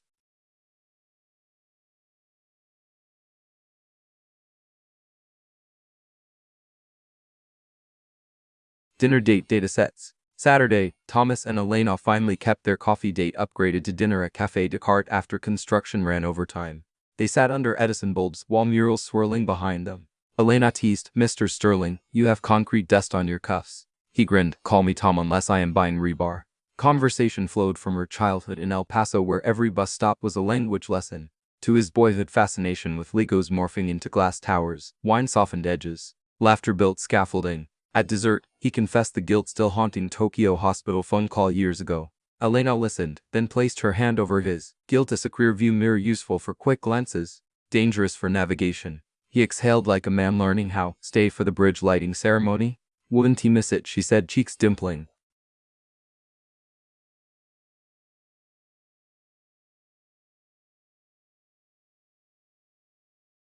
Weeks of work and wonder. May stretched into June. Steel ribs arched over Fifth Avenue, soft fiber cables threaded like silver vines. Each Saturday, volunteers arrived, some with tool belts, others with paintbrushes, and every person signed a beam with marker pens. Janitors, interns, even Judge Holloway incognito in jeans. Mabel, released to outpatient rehab, began visiting twice a week. She rolled her wheelchair to a portable drafting table, tutoring junior engineers on wind-load coefficients. When inspectors flagged sway concerns, she sketched a subtle counterbrace shaped like sunflower petals. Approval sailed through. Next day, one afternoon, she noticed Billy Ray atop scaffolding, welding seams as though fusing more than metal. During break, he descended, nervous. "See that puddle weld? Ugly as sin. But hold strong." She studied it. "Kendo like us, Billy." He gulped. "I am sorry for every page I tore from your book." She squeezed his gloved hand. "We rewriting new chapters." High above, Clara crawled along the catwalk under tight supervision, delivering cold lemonade. Workers dubbed her site superintendent Sunshine.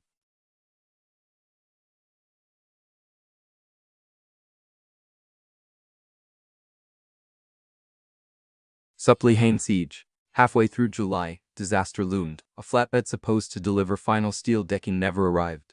Logistics emailed order cancelled by vendor. Hours later, Stone Rail Capital announced majority acquisition of Broadspan Metals, Sterling as supplier. Gloria stormed into the project trailer. "They rethrottling us." Thomas pinched the bridge of his nose. "We re 10 days from opening." Harold, who'd been analyzing invoices quietly, stood. "I can fix this." Their SM Midwest Cooperative Rust Belt reclaimed that Uphile's railway steel. "Quality is top-notch, half the price. I'll negotiate tonight."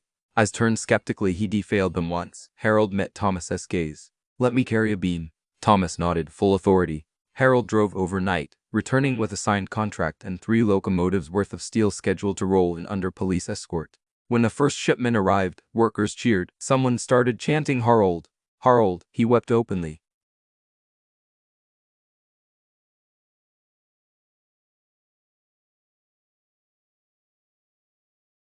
Mabel's exam. August 2nd, university orientation. Mabel, clutching her washer necklace, navigated to an online proctor portal set up in the rehab lounge. Clara perched beside her, pretending to be a professor. "Pop quiz, what is the modulus of elasticity for structural steel?" Mabel laughed. 29 Xeroxy. "Now hush." She clicked begin. 2 hours later, she submitted the placement test. Hard hammering. Email pinged minutes later. "Congratulations, you placed into advanced calculus. Scholarship secured." She whispered, "Bridge, here I come."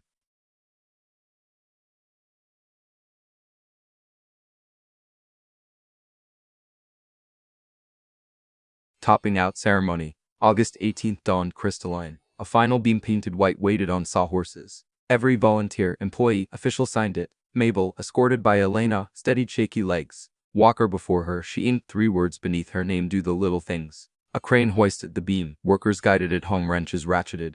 Horns blared, sunflower-shaped confetti cannons poofed gold petals into the air. Thomas helped Mabel step onto the newly laid decking. She trembled, then took 3 steps, tears streaming. I feel taller than any tower. Billy Ray whistled from upper platform, wiping eyes with sleeve. Clara darted ahead, yelling, "Granny, you re-winning walking." City dignitaries delivered speeches about public-private partnerships, urban revitalization, but the crowd's pulse belonged to the little CNET mid-span grandmother gripping guardrail, granddaughter twirling, billionaire standing quietly beside them like a lighthouse whose light now shone inward as well as out.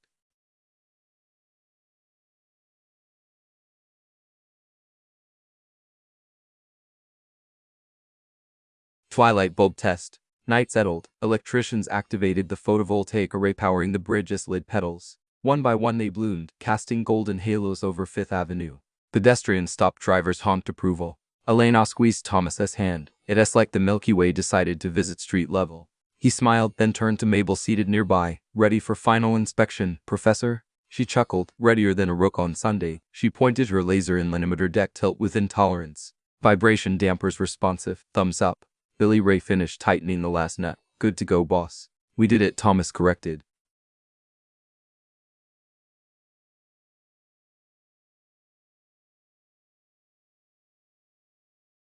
Employee panel update.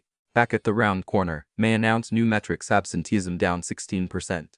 Productivity up 9, voluntary overtime requests skyrocketed for bridge shifts. She displayed a slide: net operational savings versus compassionate initiative cost. The lines met then crossed: initiative now cash positive. Wild applause. Veronica Ames, observing from doorway: no stilettos today, sneakers instead, leaned to Gloria. He was right. Gloria grinned. "Say that again for the minutes."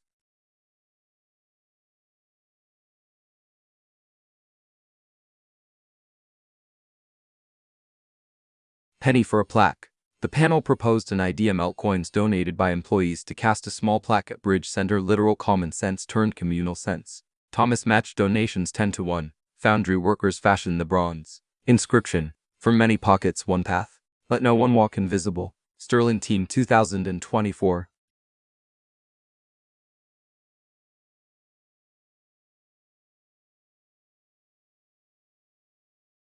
The evening before opening, Thomas invited the core crew to his penthouse: Billy Ray, Mabel wheelchair parked by balcony door, Elena, Gloria, Harold, Mate Luis, and of course Clara, who acted as maitre d'. Lights dimmed, violin playlist humming. Toasts were made with sparkling cider. Mabel raised her glass last. "Some folks think bridges are made of steel. Truth is, they remade of stories. Stories stitched by grace, hammered by failure, welded by mercy. Tonight I thank every storyteller here." Glasses linked, eyes glistened. Billy Ray produced a small box. Inside, a locket fashioned from a discarded steel sliver etched with hope hollow. He handed it to Mabel. "For the girl who dreamed bridges before the world believed her." She opened it. Inside rested Lily's baby picture, the daughter lost on a highway. Tears spilled. She clasped locket around her neck, kissed Billy Ray's weathered hand. Clara piped. Group hug. They obliged, laughter mixing with sobs, the sound like rivets sealing forever.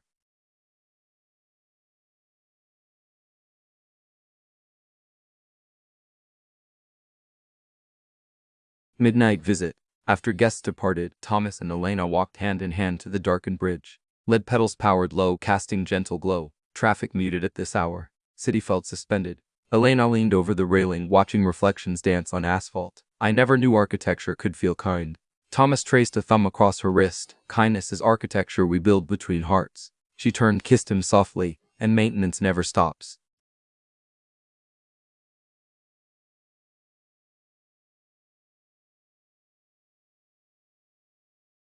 Dawn of opening day. Sunrise on September 1st blazed tangerine at each end of the bridge. Crowds gathered: citizens, employees, students, a marching band from Clara's elementary school. Vendors sold sunflower muffins, kids waved foam hammers. Mabel, wearing a powder blue blazer over her university tee, sat center stage. Judge Holloway delivered remarks, then surrendered scissors to Clara. "With great power," Thomas announced, "comes great responsibility to cut ribbons straight." Laughter. Clara giggled, raised scissors high. "For Granny, for bridges, for little corners." Snip, the silk ribbon fluttered, confetti cannons erupted.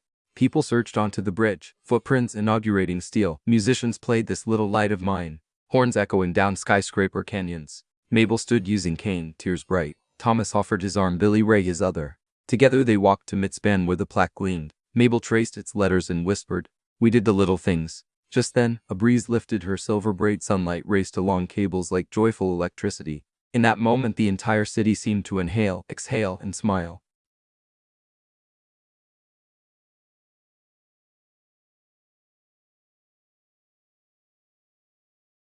Epilogue of the chapter. Later that evening, long after crowds dispersed, sanitation workers swept petals from pavement, and pigeons tested new railings for perch potential. Thomas sat alone on a bench under the lead petals, city lights flickering around him.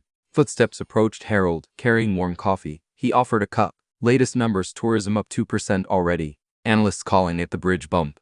Thomas accepted, sipped. Let them write columns. We'll write policies. Harold nodded. Thank you for letting me pick a hammer back up. Thomas smiled. Redemption is the most cost-effective asset on Earth. Farther down, Elena and Mabel discussed calculus homework due next week. Clara raced scooters with new friends. Billy Ray leaned on rail, watching the sunset burnish the arch golden. Thomas closed his eyes, listening to laughter, distant music, the low hum of traffic flowing under a dream made real. A bridge had risen, but something grander had been built, a collective heartbeat calibrated to empathy. Tomorrow classes would start, spreadsheets would refill, broom handles would resume their nightly conversations with corners. But nothing would ever look the same because a washer on a ribbon proved small things could hold up a city. He opened his eyes to find Elena standing before him, a question in her gaze. He suited over, she sat. Together they watched the first stars prick the violet sky above Jefferson Walkway, shining like porch lights assuring travelers they were not alone. Behind them, embedded along the guardrail, tiny motion sensors activated, sunflower lids brightened one by one, following a janitor as granddaughter shooting across the span, illuminating her path. And perhaps everything ahead. Daffodil buds nudged through the city as thawing soil as March unfolded, turning every median strip along Fifth Avenue into tiny banners of yellow hope. Jefferson Walkway, now a beloved artery, began hosting sunrise Tajik groups and late-night saxophonists. Its sunflower lights pulsing warmer whenever temperatures dipped below 50. That gentle glow felt like a promise the bridge had made to its people. Winter never lasts forever. Thomas Sterling eased against the rail at midspan, coat unbuttoned to the crisp air. Below, a bicycle bell chimed above. Starlings rehearsed spring horacles on the steel ribs. He checked his watch, 7 a.m. Any minute now. Right on cue, Clarabelle burst onto the deck, pink sneakers flashing. A bouquet of tissue paper blossoms flapping from her backpack. Morning, Daddy Tom. She hollered, skidding to a stop. Behind her ambled Billy Ray, carrying a thermos and 2 fishing poles, though the river was blocks away. Morning, boss, he huffed, catching his breath. This bridge has turned her into a sprinter. Thomas laughed, cardio disguised as architecture. He ruffled Clara's curls. Ready for the big rehearsal? She nodded vigorously. But first, Granny wants us at the university lab, she said, and I quote, a beam is waiting on brains. Thomas traded a grin with Billy Ray. Neither would ever tire of Mabel's new academic bombast. 6 months into her engineering degree, she sprinkled jargon like confetti. Yield stress this moment of inertia that yet never stopped, humming hymns while wiping counters in the student lounge to keep humility fit. They crossed to the East Landing where a Sterling Industries electric shuttle awaited. Billy Ray climbed behind the wheel, city license freshly earned at 63s. Clara rode shotgun, Bluetooth speaker blasting Dolly Parton's 9 to 5. Thomas sat in the back, glancing at a velvet box hidden inside his coat pocket, a different promise preparing to bloom.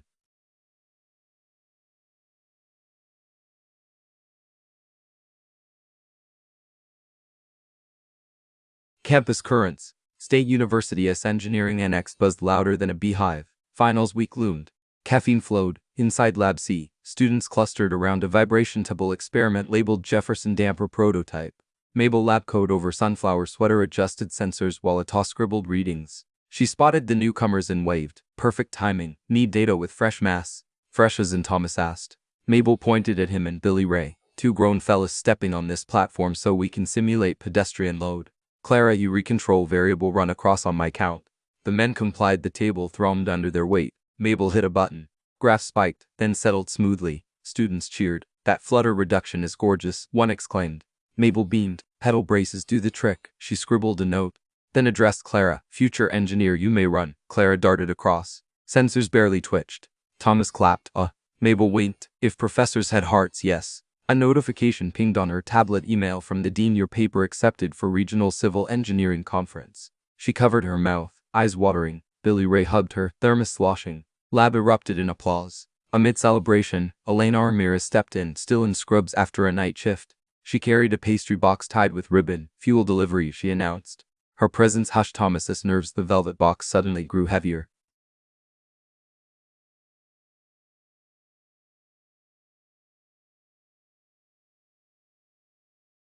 Picnic of intentions. They migrated to the quad, spreading blankets under magnolia buds. Pastries disappeared. Laughter floated. Harold Kinsey jogged up, now director of community integration. Clipboard in hand, bridge usage up 27% quarter. He reported. Breathless, city wants a second crossing south side. Mabel grinned. Give me differential equations and a lemonade, I'll sketch by sunset. Harold chuckled, then glanced at Thomas. Press wants statement about spring festival. You still speaking? Thomas nodded. But first, a personal announcement. He met Elena's eyes. She furrowed a brow, curious. He rose, brushed pastry crumbs from his coat, and drew in a breath deeper than any investor call ever required. Friends, he began, voice carrying over birdsong. This bridge taught me that steel can bend without breaking. Hearts too. It showed me that maintenance is love in orange safety vests. A ripple of chuckles. He turned to Elena, produced the velvet box, and now, not dramatic, just earnest. You reminded me healing wears many uniforms. Will you build the rest of my life with me? Gasps, then silence thick as syrup. Elena's hand flew to her mouth. Eyes glazed with sleepy shift, tears now reborn as joy. Yes, but only if we install regular inspection intervals. Laughter exploded. Thomas slipped the sapphire-rimmed ring onto her finger. Sunflower-cut stone, nodding to history. Clara squealed, tumbling across the blanket. Billy Ray whooped loud enough to startle squirrels. Mabel wiped tears, whispering, structural integrity confirmed.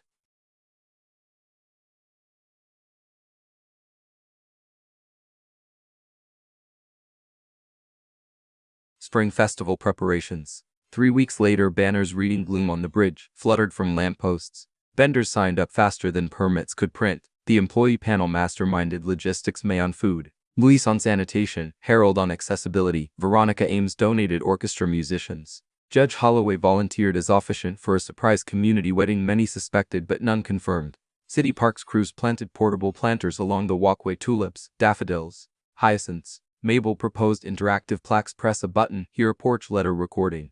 Developers coded overnight. Clara provided voiceovers. One sample, remember, if the world feels too big, sweep a small corner. Yours truly, Granny Mabel.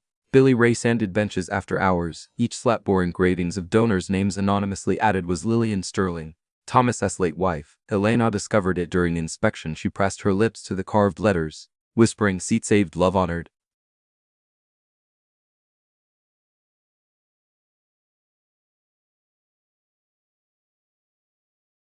Wedding Eve nerves. Sterling penthouse bustled like backstage Broadway. Gloria supervised seating charts while bolo-tie-wearing Billy Ray tested microphone cables. Clara practiced flower girl twirls, nearly toppling a vase. Harold arrived with a flash drive containing a slideshow of community photos. Thomas paced balcony, tie undone. Mabel joined him, cane tapping. Nerves, son. He exhaled misty breath. More than Ipo Day. She leaned on rail. Bridges, Don T. Fear Foo Falls, they welcome them. Let love walk, Don T. Overthink load.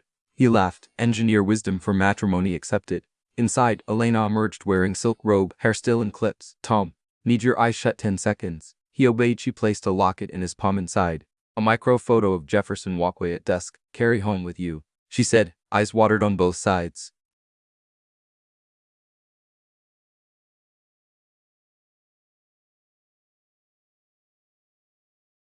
Morning of promises. Sunlight burst over rooftops. May 14th. A Saturday scented with lilac and roasted coffee from corner carts. Bridge entrances cordoned off until ceremony. Guests funneled through security. Media kept at respectful distance, thanks to Carla Mason, as strongly worded cops outlining boundaries. Row after row of white folding chairs lined the deck, aisle runner embroidered with sunflower patterns. At midspan, a modest arch entwined with ivy framed Judge Holloway's lectern. The interactive plaques had been muted to avoid random porch letters mid-vow, though Mabel joked the risk added charm. String prelude parade. At 10 sharp, quartet began Vivaldi's Spring. Guests rose as Clarabelle marched, scattering actual sunflower seeds from a recycle hard hat. Next, Mabel escorted Thomas, role reversal at his insistence. She walked slowly but upright, cane tapping time, crowd hushed. Near altar, Thomas kissed her cheek. From broom to blueprint to blessing, thank you, she whispered. From pain to promise, dear. She took front row seat between Billy Ray and Gloria. Music modulated. Elena appeared at West Landing, arm-length with her brother Marco. Dress ivory satin trimmed with subtle sunflower embroidery along hem, wind-lifted veil. Light caught her smile, igniting collective sigh. Thomas's knees wobbled. Harold discreetly steadied him from behind. Elena reached the arch. Eyes shimmering, Marco kissed her cheek, then joined orchestra as surprise saxophonist, tips of his reed trembling with happy nerves.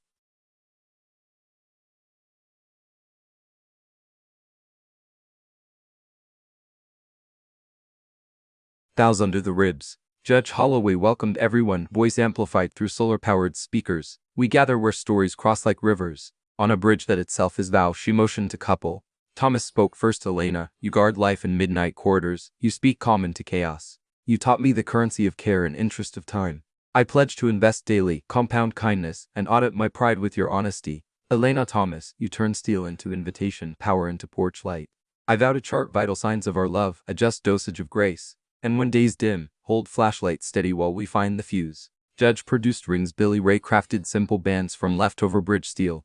Elytra polished by students. Thomas slid band onto Elena's finger. She mirrored action. By the authority vested in me by the state and the unmistakable authority of hope, Judge declared, I pronounce you partners for life. Kiss already. They did. Applause thundered. Drone cameras captured petals raining. May triggered hidden confetti cannons again, this time with biodegradable sunflower seeds.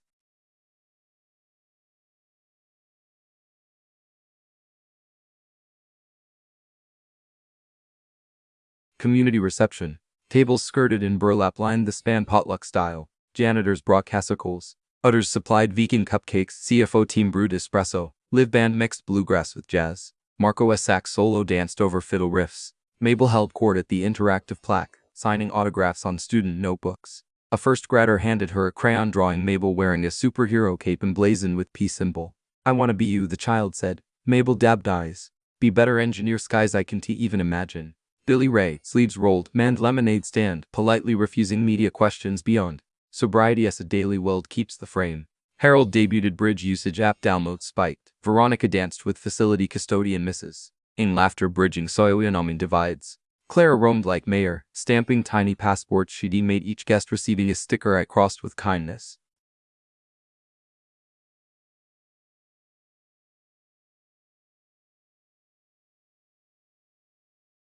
The final toast. As golden hour burned rooftops, Thomas tapped glass, before band steals sunset.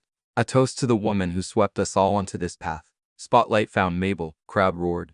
He continued. Mabel Jefferson reminds us that every corner holds unseen treasure. She taught Sterling Industries to trade polish for purpose. In her honor, tonight we unveiled the Jefferson Fellowship expansion. 30 scholarships next year, one for each beam on this bridge. Mabel covered mouth, tears glistening. Students hoisted textbooks in salute. Elena added, and for those who asked how to keep bridges blooming, meet our new foundation. Little Corners, Big Dreams, funding community Mara projects chosen by kids. Clara is chief visionary. Clara squealed, tossed seeds like confetti. Glasses linked, sun-kissed horizon, string lights flickered on, petals glowing.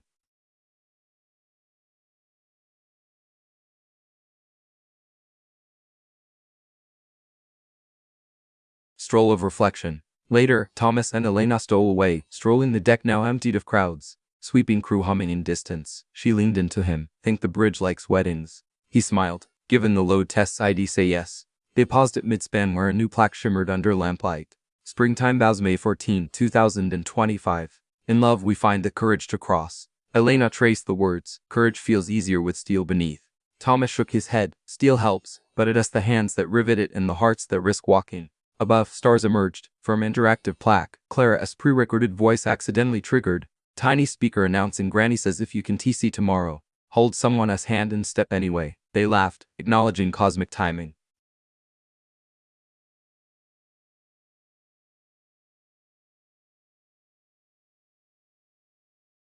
Mabel's night class. Across campus, study lounge glowed. Mabel, still in wedding shawl, joined Zoom review session. Problem set due at midnight. Classmates waved. Professor Chu teased Mrs.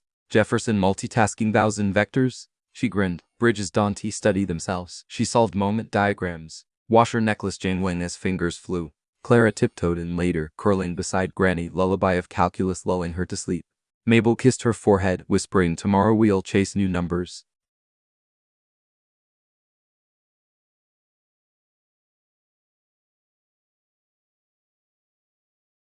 Closing scene.